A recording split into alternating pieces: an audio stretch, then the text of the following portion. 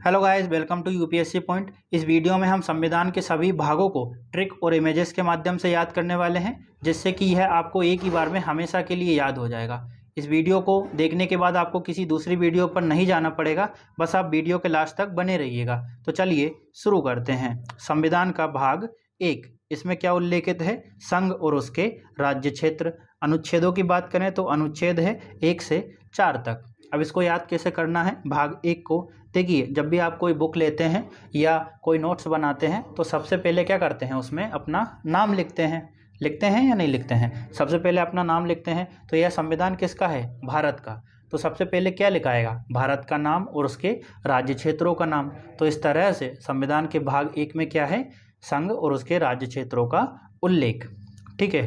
भाग 2 की बात करें तो उसमें है नागरिकता और अनुच्छेद है 5 से 11 तक। तो देखिए, ये जो 2 है ना, वो कैसा दिखाई पड़ रहा है?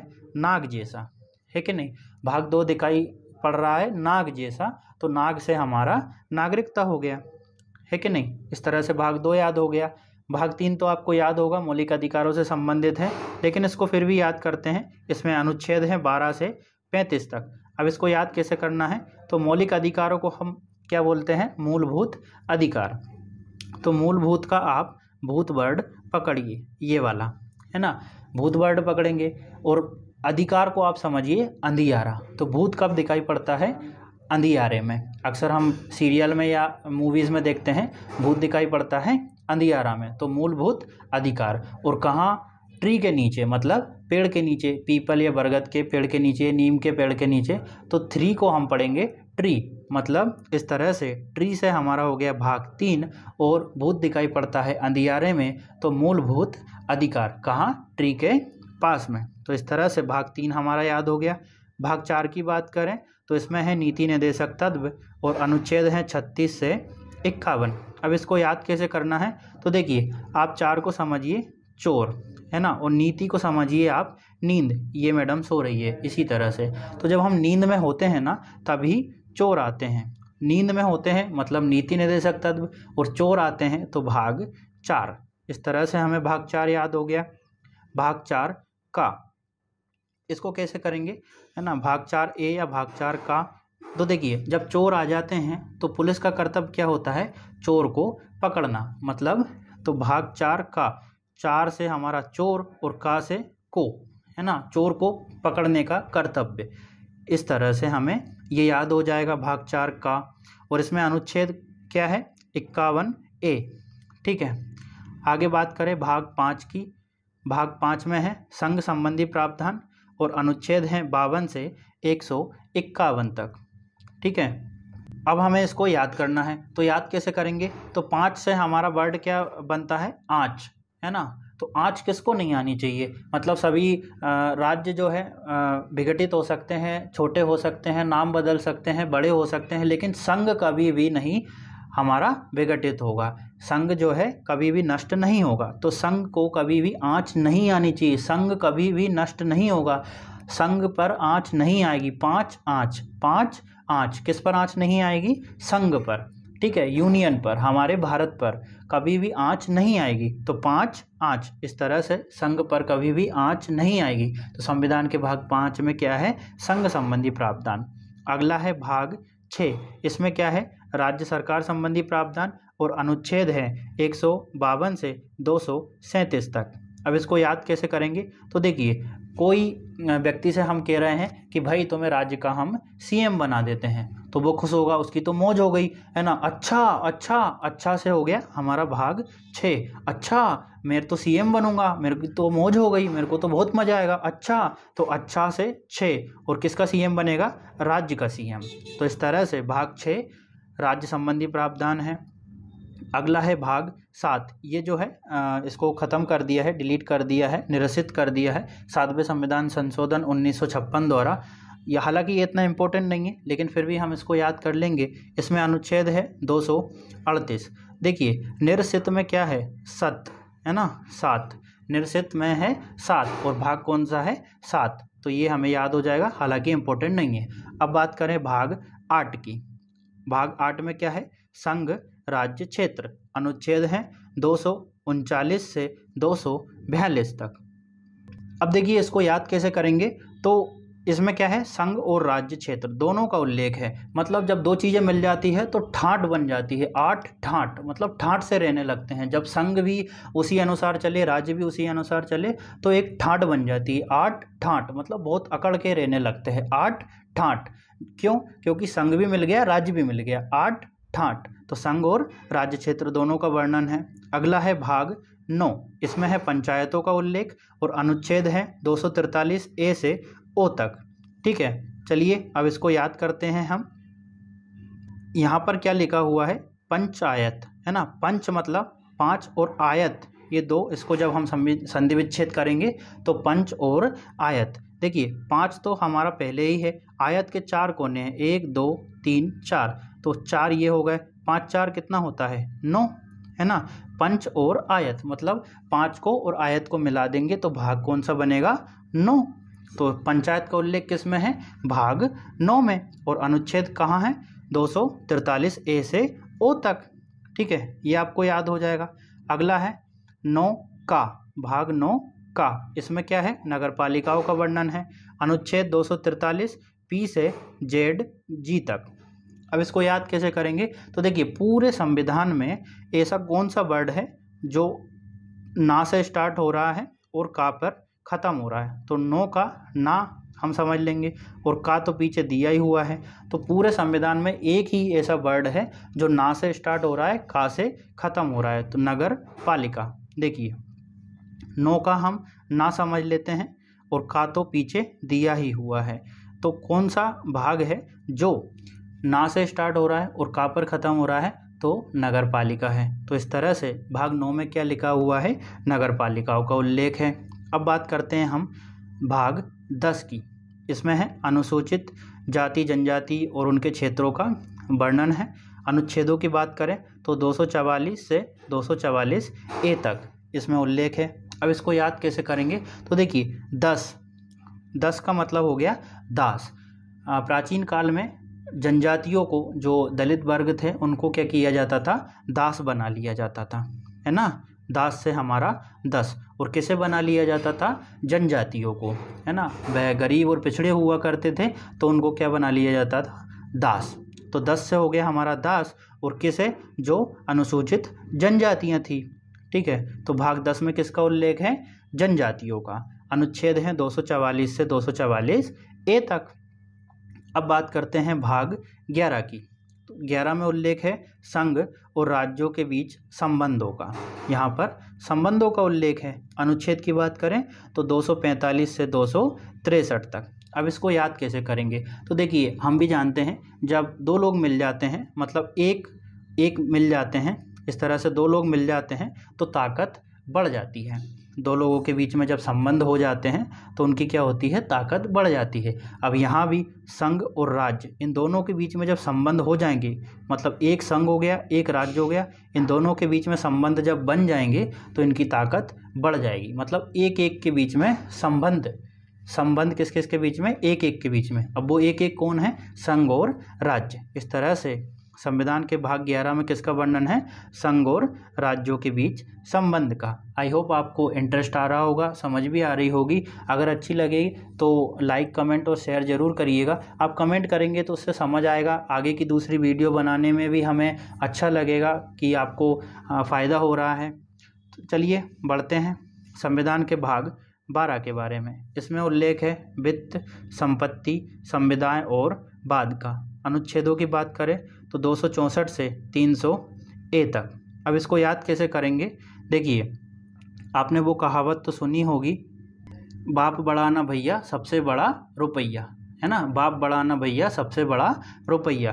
तो बाप बड़ा को हम समझ गए, बाप बड़ा मतलब 12। बाप बड़ा ना भैया, कोई तोतला होता है, मतलब मैं किसी का अपमान नहीं कर रहा हूँ, कोई तोतला होता है तो क्या कहता है, बाप बड़ा ना भैया सबसे बड़ा रुपया।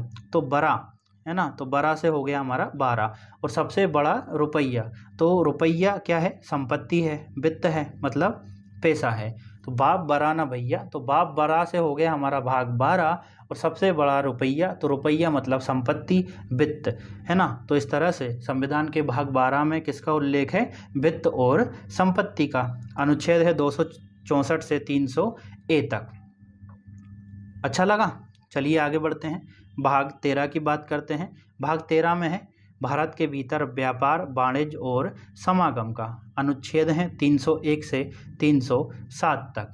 देखिए अब इसको याद कैसे करना है, हालांकि इतना इम्पोर्टेंट नहीं है, फिर भी मैं बता देता हूँ। हम किसी से पूछते हैं कि भाई तेरा व्यापार कैसा चल रहा है। किसी से पूछ लिया आपके दोस्त से कि यार तेरा बिजनेस कैसा चल रहा है ना। अगर हम बिजनेस की भी बात करें तो बी से स्टार्ट होता है बिजनेस, है ना। और बिजनेस का हम जो बी है उसको अलग कर दें तो ये तेरा जैसा ही दिखाई पड़ता है। फिर भी दूसरा तरीका है, हमने किसी से पूछा कि तेरा व्यापार कैसा चल रहा है भाई, तेरा बिजनेस कैसा चल रहा है, तो तेरा से हो गया हमारा भाग 13 और बिजनेस से हो गया हमारा व्यापार। तो इस तरह से भाग 13 में क्या उल्लेखित है, हमारा व्यापार, वाणिज्य और समागम का। दूसरा तरीका यह है कि तेरा जो है मतलब बिजनेस जो है ये वह अलग अलग कर दें हम बी को, तो ये तेरा जैसा ही दिखाई पड़ रहा है, बिजनेस बर्ड, है ना। तो इस तरह से हमारा ये जो भाग 13 है इसमें व्यापार का उल्लेख किया गया है। 301 से 307 तक अनुच्छेद हैं। अगला है भाग 14 और इसमें उल्लेखित है संघ और राज्यों के अधीन सेवाओं का। यदि अनुच्छेदों की बात करें तो 308 से 323 तक अनुच्छेद हैं। इसको याद कैसे करेंगे, तो देखिए 14 को आप समझिए 14, है ना। जो इंग्लिश वर्ड है वो 14 है।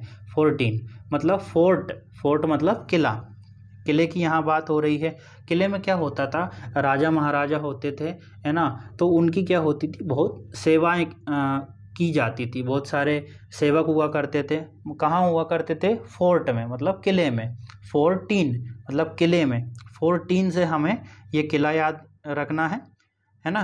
तो इस तरह से क्या होती थी वहाँ पर सेवाएं, तो सेवाएं से हमें यहाँ क्लिक हो जाएगा कि संघ और राज्यों के अधीन सेवाओं की बात की गई है। 14, है ना, 14 मतलब किले में सेवाओं की बात की गई है। और अनुच्छेद है 308 से 323 तक।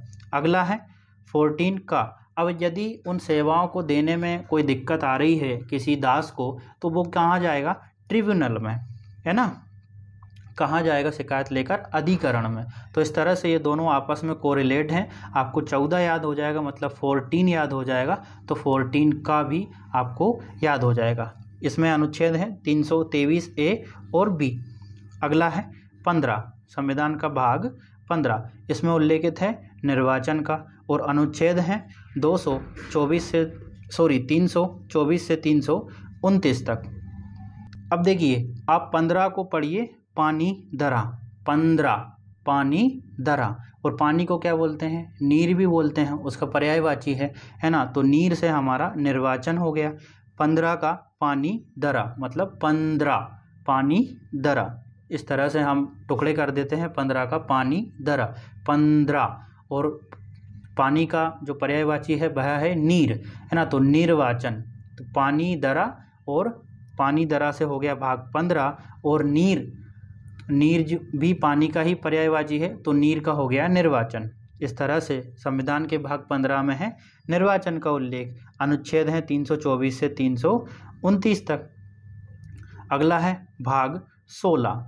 इसमें क्या है, कुछ वर्गों के लिए विशेष उपबंध। अनुच्छेद है 330 से 342 तक। भाग 16 मतलब 16 से आप ये याद रखिए सोना, है ना। तो सोना कौन बनाते हैं, विशेष वर्ग ही बनाते हैं, हर कोई नहीं बना सकता।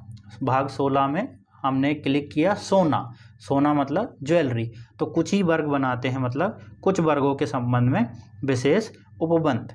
इस तरह से हमें सोना और 16 ये कोरिलेट हो गया कि 16 का हमने समझ लिया सोना मतलब ज्वेलरी, है ना। तो ज्वेलरी सोना, सोना से भाग 16 हो गया। और कुछ ही वर्ग बनाते हैं, तो कुछ वर्गों के संबंध में उपबंध। अगला है भाग 17। इसमें है राजभाषा का उल्लेख। अनुच्छेद है 343 से 351 तक। देखिए इसको कैसे याद रखना है, हमने आजकल सुना है कि भाषाएं लगातार विलुप्त होती जा रही है ना। संयुक्त राष्ट्र भी कह रहा है कि लगातार भाषाएं क्या है, विलुप्त हो रही है, मतलब खतरे में है। तो 17 खतरा, 17 खतरा। और क्या विलुप्त हो रहा है, हमारी भाषाएं। कई लोग अपनी मातृभाषाओं को बोलने में संकोच करते हैं, तो इस वजह से विलुप्ति की कगार पर है। तो इस तरह से खतरा किस पर है, हमारी भाषा पर, है ना। 17 खतरा, और खतरा किसका, भाषा का। ठीक है, कई लोगों को इंग्लिश भी नहीं आती, जैसे अगर आपको दूसरा तरीका है याद करने का, इंग्लिश भी नहीं आती, तो उनके लिए जॉब में एक खतरा है। तो भाषा में हम भाग 17 को इस तरह से कोरिलेट कर लेंगे कि 17 खतरा, और खतरा किस पर है, भाषा पर। ठीक है, आगे बढ़ते हैं। भाग 18, भाग 18 में है आपातकाल के संबंध में उपबंध, है ना। और अनुच्छेद की बात करें तो 352 से 360। अब इसको याद कैसे करना है, तो भाग 18, इसको आप ये समझिए कि कोई लड़की है, वो 18 साल से कम उम्र की है, मान लीजिए 16 साल की है, और उसके माता पिता ने उसकी शादी कर दी है, लेकिन पड़ोसियों ने उसकी शिकायत कर दी। माता पिता ने बहुत कर्ज लिया था, और कर्ज के बाद उसकी शादी की, लेकिन अब तो पुलिस आ गई और वो शादी रुक गई। तो जिन माता पिता ने कर्ज लिया हुआ था, उनके लिए कैसी स्थिति आ गई, बहुत आपातकालीन स्थिति आ गई, है ना। 18 साल की लड़की नहीं हुई थी, शादी कर दी, तो माता पिता के लिए अब क्या है, आपातकालीन स्थिति, बहुत ही उनकी स्थिति खराब हो गई। तो इस तरह से भाग 18 साल की लड़की नहीं हुई थी, उससे पहले शादी कर दी, और कर्ज लिया हुआ था, अब उनके लिए आपातकालीन स्थिति आ गई, उनको कर्ज चुकाना है, पैसे हैं नहीं है, शादी में लगा दिए थे, तो उनकी स्थिति अब खराब हो गई, मतलब आपात की स्थिति आ गई। तो इस तरह से भाग 18 और आपातकालीन संबंधी प्रावधान है। भाग 19 की बात करते हैं, तो यह प्रकीर्ण है, तो इतना इम्पोर्टेंट नहीं है, बिल्कुल भी इम्पोर्टेंट नहीं है मानकर चलिए, तो इसको हमने कोई कोरिलेशन नहीं बनाया है, आप इसको थोड़ा सा छोड़ भी सकते हैं। अनुच्छेद है 361 से 367। अब बात करते हैं भाग 20 की, संविधान संशोधन संबंधी प्रावधान है, अनुच्छेद है 368। इसको याद कैसे करना है, देखिए 20 को आप पढ़िए बस। अब बस बहुत हो गया, अब तो हम संविधान संशोधन चाहते हैं, संविधान को परिवर्तित करना चाहते हैं, बस मतलब बस से हो गया 20, और संविधान में संशोधन चाहते हैं, अब तो हम महिलाओं को अधिकार दिलाना चाहते हैं, बस संविधान में संशोधन करिए, बस 20 संविधान में संशोधन करिए। तो इस तरह से हमारा भाग 20 हो गया, संविधान संशोधन संबंधी प्रावधान। अगला है भाग 21, इसमें है अस्थायी संक्रमणकालीन और विशेष उपबंध, अनुच्छेद है 369 से 392। ठीक है, इसको याद कैसे करेंगे, तो देखिए 21 मतलब होता है 21, किस की बात की जा रही है। छोटे बच्चे होते हैं, उनको हर कोई किस करता है, कई लोग बिमल गुटखा ना जाने क्या क्या खाते हैं, वह संक्रमणशील होते हैं खुद भी, लेकिन छोटे से बच्चे को जब वो किस करेंगे तो उसकी त्वचा जो है वो झेल नहीं पाएगी, उसको भी संक्रमण हो जाएगा। 21 मतलब एक किस से बच्चे का पूरा भविष्य दांव पर लगा हुआ होता है, मतलब वह संक्रमणशील हो जाता है। तो 21 से हो गया हमारा भाग 21, और बच्चा प्रभावित हुआ, बच्चे को संक्रमण हुआ, तो संक्रमण कालीन प्रावधान इसमें है। तो इस तरह से हमारा भाग 21 याद हो गया। अब है भाग 22 की बात। भाग 22 में है संक्षिप्त नाम, हिंदी में प्राधिकृत पाठ और निरसन। अनुच्छेद की बात करें तो 393 से 395 इसमें अनुच्छेद हैं। अब इसको याद कैसे करना है, तो 22 में आप 2 समझिए, ठीक है 2। यदि हम किसी व्यक्ति का एक नाम रखें, मतलब एक अक्षर का मतलब किसी का नाम है का, तो कैसा लगेगा, अच्छा नहीं लगेगा ना, कम से कम 2 नाम तो उसके होने चाहिए। अब नाम से याद रखिएगा, यहाँ पर संक्षिप्त नाम की बात की जा रही है, तो ये याद हो जाएगा आपको, है ना। किसी व्यक्ति का एक अक्षर का नाम है, किसी को बुला लिया ए का इधर आ, तो नहीं जमेगा। लेकिन यदि किसी व्यक्ति का हम 2 अक्षर का नाम रखते हैं, ये 2 से आपको भाग 22 याद रखना है, 2 अक्षर का, जैसे राम, राधा, है कि ना, ठीक है ना। तो 2 अक्षर का नाम रखेंगे तो अच्छा लगेगा, सामने वाले को भी अच्छा लगेगा, राम, है ना। तो संक्षिप्त नाम की यहाँ बात की गई है, किसी का एक अक्षर का नाम रखा हमने का, तो वो नहीं जमेगा, संक्षिप्त नाम नहीं जमेगा, 2 अक्षर का होना चाहिए, है ना, कम से कम 2-2 अक्षर तो हो। तो भाग 2-2 अक्षर मतलब भाग 22, और संक्षिप्त नाम नहीं होना चाहिए। तो इस तरह से भाग 22 में उल्लेखित है संक्षिप्त नाम। हिंदी में प्राधिकृत पाठ और निरसन का अनुच्छेद हैं हमारे 393 से 395। आई होप आपको पूरी वीडियो काफ़ी अच्छी लगी होगी। अच्छी लगी हो तो प्लीज़ कमेंट ज़रूर करिएगा, ताकि हम इसी तरह का कंटेंट आपको प्रदान करते रहें और हम भी मोटिवेट होते रहें। Thank you.